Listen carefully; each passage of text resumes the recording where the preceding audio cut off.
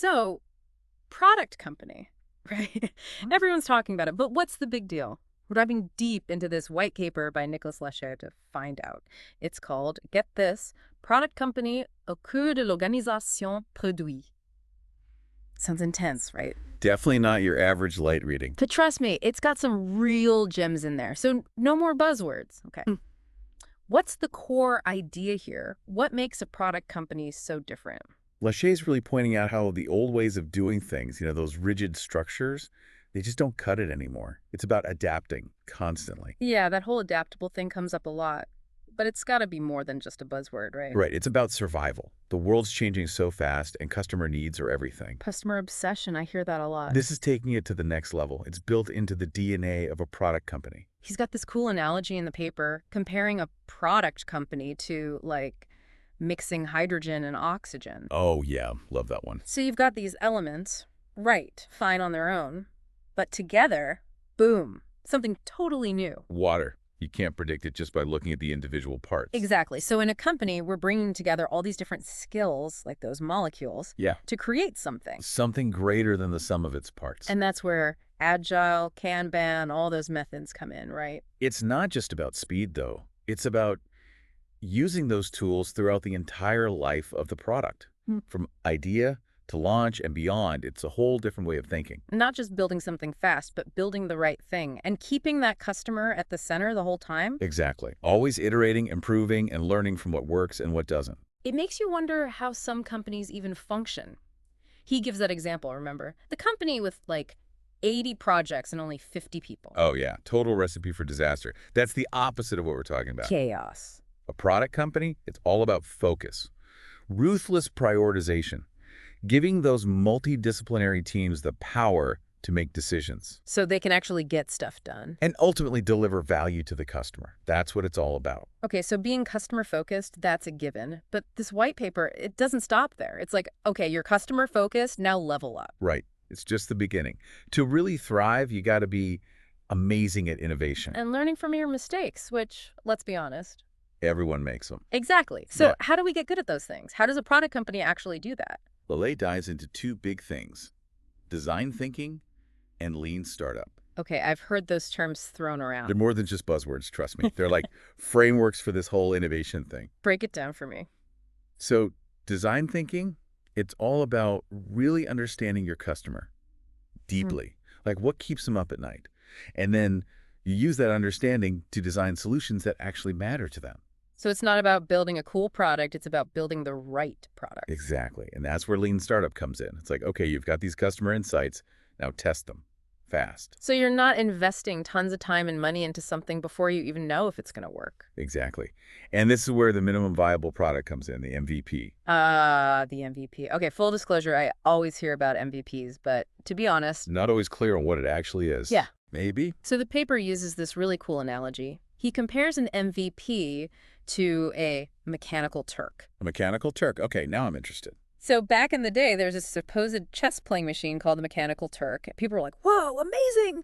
But it turned out... It was fake. Totally. There was a person hiding inside controlling the whole thing. Clever. So what's the connection to MVPs? It's about creating the illusion of a finished product, but in a smart way.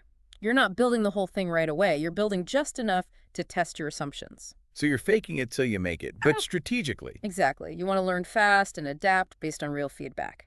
And that brings us to another important point, pivoting. Changing direction. Exactly. The white paper talks about Criteo, this French ad tech company. They had, get this, 3 major pivots before they found success. 3. They started with one idea, didn't work, pivoted, kind of worked, pivoted again, and boom, huge success. So even companies that make it big, they don't always get it right the first time. Or the second. The point is, they were willing to admit when something wasn't working and try something new. Okay, so we've got agility, we've got this intense customer focus, and even the guts to change direction when things aren't working.